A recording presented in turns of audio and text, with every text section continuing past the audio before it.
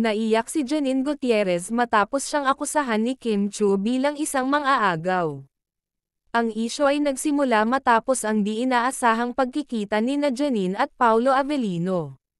Maraming netizens ang agad na nagbigay ng opinyon sa social media tungkol sa kontrobersya. Ayon sa ilang ulat, nagkataon lamang ang pagkikita nina Janine at Paulo. Sinabi ni Janine na wala siyang intensyon na makasakit ng ibang tao. Samantala, nananatiling tahimik si Paulo Avellino sa isyu. Maraming taga-suporta ni Janine ang nagpakita ng suporta at pagmamahal sa kanya. Ayon sa ilan, maaaring may hindi pagkakaunawaan lamang sa sitwasyon. Sa kabila ng akusasyon, nanatiling kalmado si Janine at piniling hindi lumaban sa intriga.